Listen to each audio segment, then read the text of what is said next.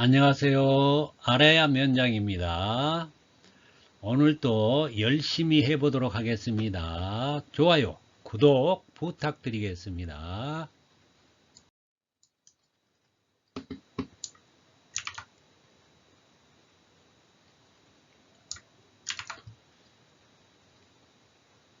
자, 기체연소입니다. 별 3개, 1, 2고요. 기체연소는 확산연소의 혼합연소입니다. 확산연소는 혼합기가 없어서 여기 오른쪽에 보면은 확산연소는 여기 보면 혼합기가 없어요. 여기에 보면 혼합기가. 그렇기 때문에 바로 가스가 투입이 되고 공기가 투입되면 이 버너 자체에서 이게 만나서 연소가 되기 때문에 자, 조성 비율이라고 그러죠. 이 비율을 맞출 수가 없기 때문에 이 불꽃의 색깔이 노란색과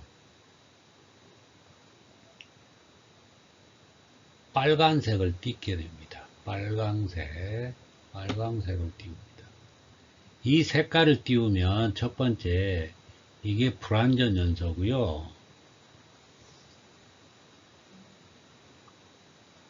불완전 연소고 두 번째는 열 효율이 떨어집니다. 열 효율이 이렇게 아래로 떨어지게 됩니다. 그래서 이거는 단순하고요. 굉장히 시스템이 단순하고 가격도 저렴합니다. 여기 보면은 확산연소에 토치 램프. 자, 제가 예를 드렸어요. 토치 램프가 있고요.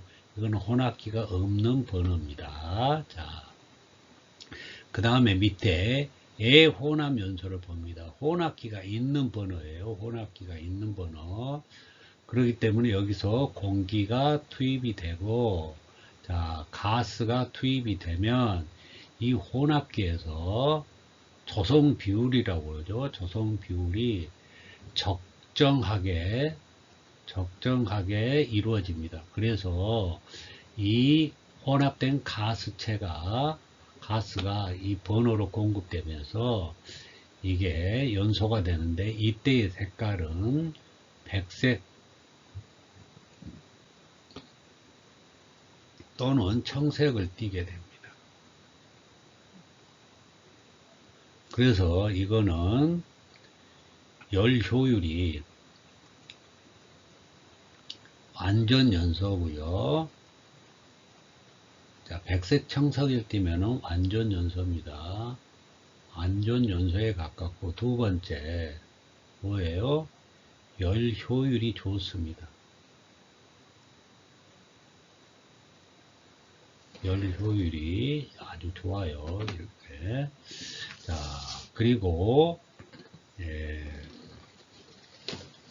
가격이 아무래도 혼합기가 달려있기 때문에 가격이 자 봅니다. 이 세 번째는 가격이 이제 비싸고요. 가격이 비싸다. 네 번째는 복잡하다. 기계가 시스템이 복잡하다. 이렇게 특징을 지울 수가 있겠습니다. 다음 보겠습니다. 자, 연소의 특징 봅니다. 자, 연소의 특성. 인하는 물질 조건. 자, 섞이는 비율이죠. 조성 비율. 이게 혼합기라고 그래서 혼합기. 산소와의 존재를 구비한 개가 외부로부터 에너지를 받아 착화하는 현상이고, 자, 인하는 반드시 외부로부터 에너지를 공급받아야 돼요. 자, 에너지를 공급받아서 착화하는 현상이고, 발화는 외부로부터 에너지 유입 없이 내부의 열만으로 착화하는 현상으로 자연 발화라고 합니다. 자, 발화는 외부로부터 에너지를 공급받지 않고 내부 열로서 자연 발화가 되는 겁니다. 자, 그러면 밑에 인화점을 보겠습니다. 인화점. 인화가 가능한 가연성 물질의 최저 온도입니다. 자, 인화가 가능한 가연성 물질의 최저 온도. 자, 잠깐만 제가 하나 예를 드리도록 하겠습니다. 자, 여기 온도가요 20도씨, 여기가 30도씨, 여기가 40도씨예요. 자, 여기 20도에서부터 뭐 그 밑에서부터도 좋고요. 1도씨 단위로 이 가연성 가스에다가 계속 불을 붙여봤어요. 자, 가연성 가스에 불을 붙여보는데 불이 안 붙었습니다. 계속 안 붙었는데, 자, 1도씨 단위로 계속 불을 붙였어요. 근데 이 가스의 온도가 30도 되는 지점에서 이 지점에서 불이 붙었어요. 그러면 이 지점이 30도 되는 이 지점이 인화점이에요. 인화점. 그러니까 온도가 붙는 최저점이죠. 최저 낮은 온도가 30도예요. 30도에서부터는 31도도 붙고 2도도 붙고 계속 붙겠죠. 그래서 제일 낮은 온도가 인화점이 됩니다. 최저 온도가 인화점이에요. 자, 30도가 그렇게 인화점이 되겠습니다. 자, 그 다음에 자, 여기 봅니다. 여기 보면 인화점이 낮을수록 위험하므로 물질의 위험성을 평가하는 척도로 쓰이며 위험물 안전관리법에서 석유류를 분류하는 기준으로 쓰인다. 자, 당연하겠죠. 인화점이 40도인 그런 물질하고 인화점이 20도인 물질하고는 20도에서 붙는 그 인화점인 그 물질이 위험하죠. 낮은 온도에서 불이 붙기 때문에 당연한 얘기입니다. 그래서 이 석유류를 분류하는 기준으로 쓰입니다. 자, 액체의 경우 액면에서 증발된 증기의 농도가 그 증기의 연소 한계에 달할 때의 액체 온도가 인화점이다. 자, 이것도 좀 상당한 어려운 얘기입니다. 좀 설명드릴게요.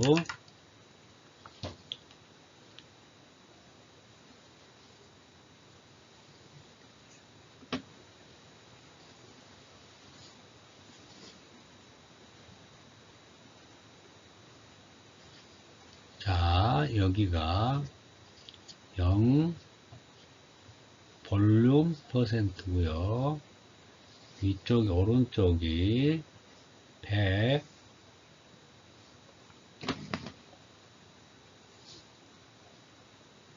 자, 100 볼륨 퍼센트입니다.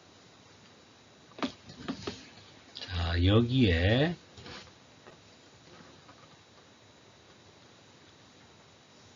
1.2고요. 여기가 7.6입니다. 이게 뭐냐면 휘발유예요. 휘발유에 지금 연소 상한계와 하한계를 말씀드리는 겁니다. 자,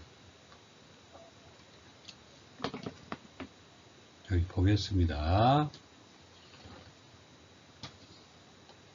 자, 이 지점이 1.2 이 지점이 뭐냐면 연소 하한계예요. 하한계. 자, 여기 이 지점이 7.6 지점이 연소 상한계입니다.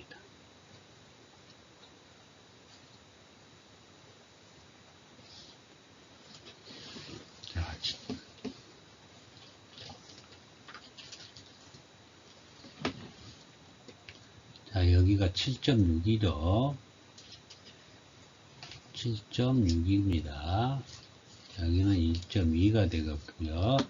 자, 1.2 이 지점이 연소 하한계고요. 7.6 이 지점이 연소 상한계인데 바로 여기에 자, 여기 지점이 이게 연소 범위입니다. 연소 범위. 자, 그래서 휘발유는 연소 하한계인 1.2와 상한계인 7.6 사이에서만 연소가 되는 거예요. 자, 그러면 이걸 따져보면 결국은 자, 보겠습니다. 자, 따져보면 이 사이에서만 불이 붙고요. 1.2를 기준해서 이 밑으로 한계 쪽으로 내려가면 더 내려가면 이제 불이 붙지 않고요. 다시 연소 상한계를 초과되면 이제 불이 붙지 않아요. 그런데 지금 연소점을 지금 묻고 있기 때문에 자, 여기에서는 불이 붙지 않고 있다가 1.2 볼륨 퍼센트가 1.2 볼륨 퍼센트가 되는 이 지점에서 불이 붙기 시작했거든요. 자, 여기에서 불이 붙기 시작했기 때문에 이 지점이 연소점이라는 거예요. 이 지점이 연소점이에요. 자, 그래서 여기 보면 그 얘기를 해주는 거예요. 연소 하한계에 달할 때의 액체 온도가 인하점이다. 자, 여기 이 지점에 달할 때 불이 붙었죠. 불이 붙었으니까 이때 온도가 이때의 이 온도가 액체 온도가 이제 인하점이에요. 자, 아까는 이 온도만 가지고 따졌지만 지금은 이제 볼륨 퍼센트로 해가지고 얼마만큼 비율의 이 유전기가 공기와 어떤 비율로 섞여 있나 이거를 따지면서 연소 하한계와 상한계를 따졌는데 이 하한계 지점에서 불이 붙기 시작했더라. 이게 인하점이더라. 이때 온도가 바로 액체 온도가 인하점이더라. 예. 자, 됐습니까? 그 얘기를 해주고 있는 것입니다.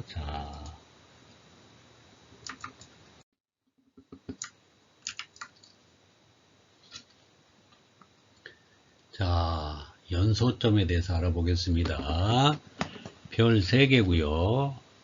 1, 2급만 해당됩니다. 자, 연소점.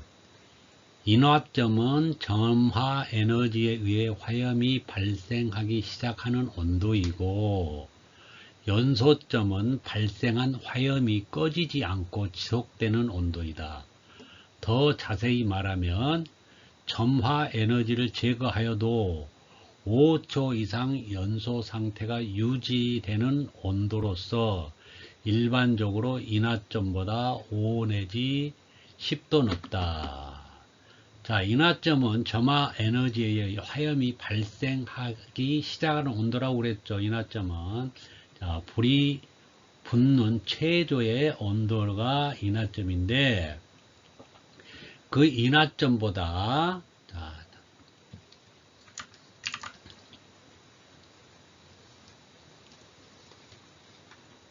자, 연소점은 인화점보다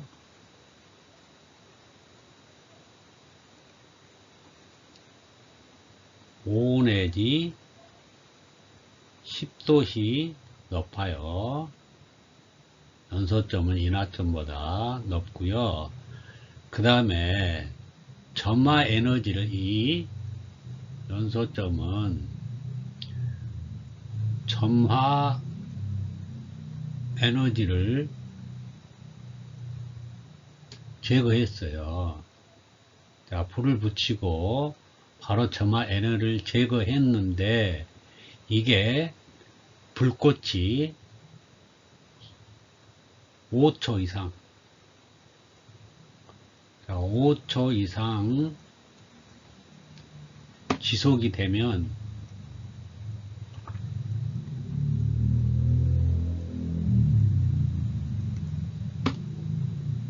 이때 온도를 연소점이라고 그래요.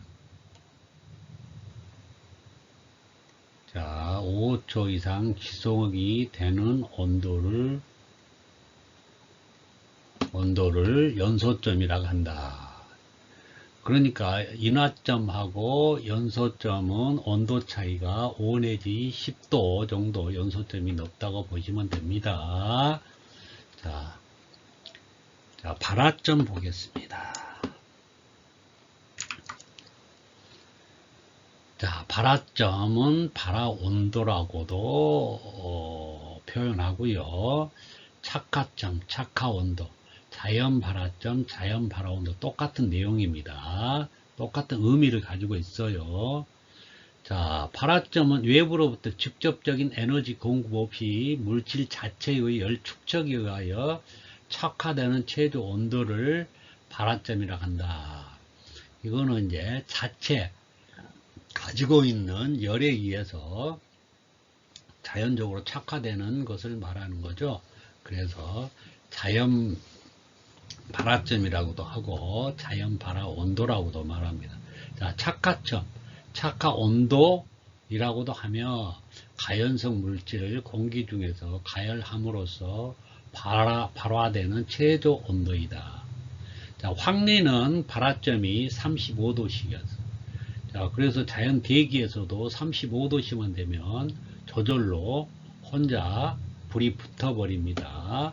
이게 대표적인 물질이에요. 자, 아래에 있는 파라핀계 이거는 시험에 나오지 않기 때문에 이쪽은 아예 생략을 하도록 하겠습니다. 자, 넘어가도록 하겠습니다.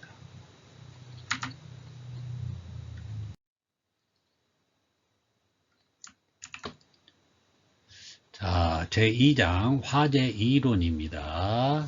별 4개고요. 1, 2, 3급 공이 적용됩니다. 자, 화재의 정의를 봅니다. 화재의 정의. 자, 1, 2, 3번 보겠습니다. 인간의 의도에 의하여 의도에 반하거나, 자, 불을 내려고는 안 했어요. 그러나 실수로 불이 나버렸어요.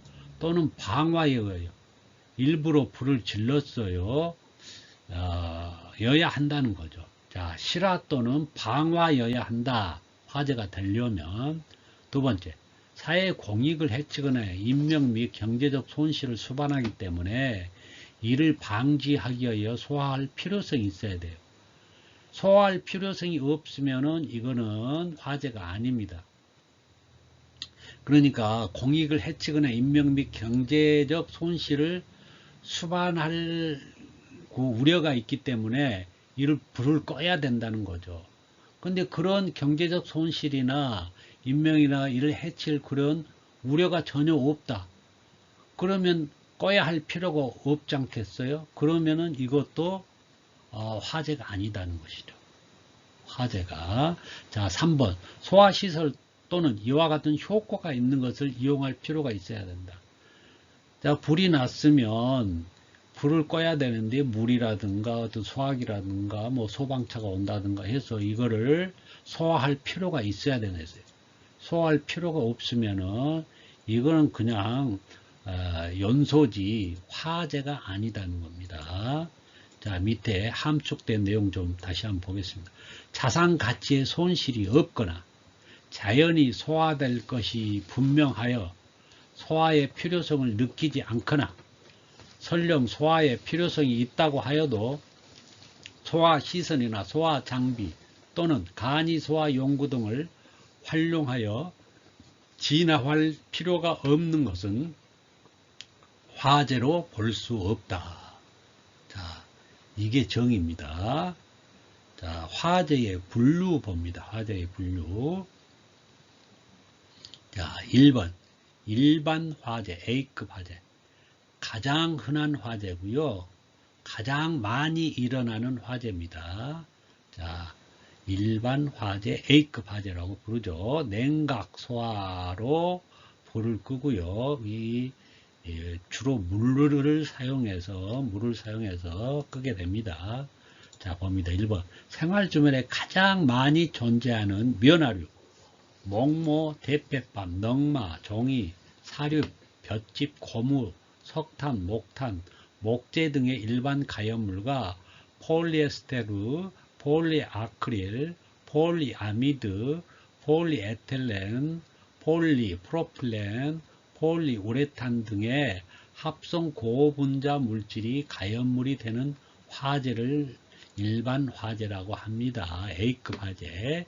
이러한 가연물은 우리 주변에 널리 산재되어 있기 때문에 다른 화재보다 발생 건수가 월등히 많다. 자, 연소 후 재를 남기며 이 보통 화재라고 불린다. 감색엔 백색 연기가 난다. 화재를 소화할 때 냉각 효과가 가장 효율적이므로 다량의 물 또는 수용액으로 소화를 할 수 있다. 이게 A급 화재입니다. 자, 다음 페이지로 넘어가겠습니다.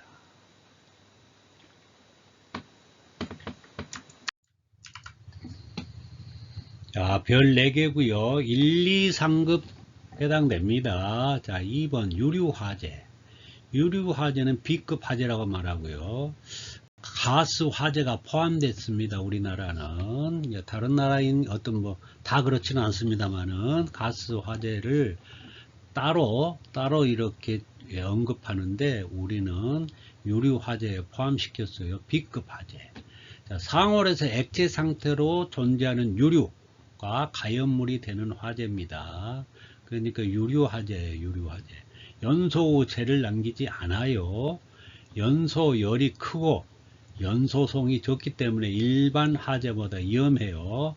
자, 연소열이 크고 연소성이 좋아요. 연소열이 작다고 하면 틀립니다. 크고 연소성이 좋기 때문에 일반 화재보다 위험하고, 소화를 위해서는 거품이에요. 거품을 이용한 질식 소화가 적응성이 있는데, 또 검은 연기가 다량으로 발생합니다. 검은 연기가. 자, 3번에서 이 포를 이용한다고 했는데, 알코올 등의 수용성 액체에서는 또 일반 포는 안 되고요. 내알코올 평포를 사용해야 돼요. 이거는 참고로 알아두시면 되겠습니다. 자, 3번 전기화재, C급 화재. 이산화탄소 소화기를 씁니다. 이산화탄소 소화기. B급 화재는 뭘 쓴다고요? 거품. 또 질식 소화기 있습니다. 자, C급 화재에서는 통전 중인 전기기기 등의 화재예요. 그러니까 통전이 빠지면 이거는 전기기기 화재가 아닙니다. 반드시 전류가 흐르고 있는 상태의 전기기기에서 화재가 났으면 이거는 전기화재예요. 자, 예를 들어서 TV가 꺼져 있는 상태에서 TV에서 불이 났다. 물론 그럴 확률이 적습니다만은 그거는 전기화재가 아니고요. TV를 시청 중에 TV에서 불이 났다. 그러면은 이거는 전기화재입니다. 그러니까 이 말이 중요해요. 통전 중인, 전기가 흐르고 있는 중에 그 기기에서 불이 났다면 이거는 전기화재입니다. 자, 여기 보면 가로, 전기 에너지가 발화원으로 작용한 화재가 아니라는 거예요. 전기 에너지로 인해서 화재가 났다 그러면 이거 틀린 얘기예요. 왜? 전기 에너지 때문에 우리가 일반 전기 기기들을 다 쓰잖아요. 그런데 그 에너지 때문에 이게 화재가 날 수는 있겠지만 그게 발화원은 아니다. 자, 밑에 또 주의할 게 메가 저항은 전기 화재의 원인이 된다 이러면 틀려요. 메가 저항은 좋은 의미입니다. 전선 피복이 다 메가 저항 이상이 나와요. 저항의 그 크기를 나타내는데 저항의 크기가 메가 저항 이상이 나와요. 급이. 뭐 3메가가 나와야 된다더니 5메가 이상이 나와야 된다. 이런 기준이 있어요. 그러면 그런 기준 이상이 만족하면 좋기 때문에 메가 저항은 좋은 의미예요. 화재 원인이 아닙니다. 이게 누전은 기회예요. 누전. 전기가 새는 거. 전기가 새서 뭐 사람을 통해서 뭐 흐를 수도 있지만 이 땅으로 바로 이렇게 전기가 흐르면 필요 없는 전기가 낭비가 되는 거죠. 자, 그래서 누전으로 인해서 이게 화재는 일어날 수 있습니다. 자, 4번 금속 화재 봅니다. D급 화재입니다. 금속 화재 이거 중요합니다. D급 화재. 금수성 화재. 금속하면 금수성입니다. 자, 같은 금자입니다. 함자로는 틀리죠. 이거는 금한다는 금자예요. 물을 금해라 그래요. 물이 절대 들어가서는 안 되는 화재예요. 금수성 화재. 그렇기 때문에 불을 끌 때도 축축한 모래는 절대 안 되고요. 건조한 모래. 잘 마른 건조한 모래 써야 되고요. D급 소화기 씁니다. 자, 가연성 금속류가 가연물이 되는 화재인데, 가연성 금속류, 앞페이지에서 해드렸어요. 칼륨, 나트륨, 마그네슘, 알루미늄 등이 있는데, 이런 금속류는 괴상보다는 뭐예요? 분말성으로 잘 가연성이 더 현저히 증가하고요. 또 이게 특징이 뭐냐면 이건 물과 반응하면은 강한 수소를 발생합니다. 수소가 나와요. 발생하기 때문에 이 수소 때문에 폭발이 일어납니다. 그렇기 때문에 물과 만나면 수소가 발생되고 그 수소 때문에 강한 폭발이 일어나고 화재가 확대가 됩니다. 진화하기 어렵습니다. 그래서 이 화재 진압할 때에 수계 소화약제는 절대 쓰면 안 됩니다. 수계 물을 쓰는 그런 소화약제 있죠. 그런 물을 쓰는 소화약제에는 물, 포, 거품을 쓰는 소화약제인데 물에다가 그런 약제, 거품이 일어나는 약제를 타가지고 쓰는 거죠. 강화액도 마찬가지. 이거는 소화약제를 물에다 타가지고 물로 만드는 건데 이거는 거품이 아니고 소화를 시켜주는 그런 약제인데 이것도 물을 썼기 때문에 수계입니다. 수계. 그래서 절대 이런 거를 금속 화재에 쓰면 안 된다. 자, 5번 주방 화재입니다. K급 화재. 자, 이거 주방에서 심심치 않게 불이 나는데 식용유, 식물성 유지, 동물성 유지 등 음식 조리용 기름에서 발생하는 화재입니다. 연소물의 표면을 차단하는 비누화 작용 및 식용유 자체의 온도를 8점 이하로 빠르게 하강시켜주는 냉각 작용이 동시에 필요하다 그랬어요. 주방 화재는 K급 화재인데 이 K급 화재에 쓰는 소화기가 있어요. 그 소화기를 K급 화재 소화기를 쓰든가 그렇지 않으면은 이 기름으로 인해서 일어났기 때문에 이 기름에다가 강알칼리 있어요. 강알칼리. 우리 소다수 있죠. 소다수. 강한 알칼리 수산화 나트륨 있잖아요. 수산화 나트륨 그 수를 갖다가 이 뭡니까 식용유에다 부으면 뭐가 되죠? 비누 되죠.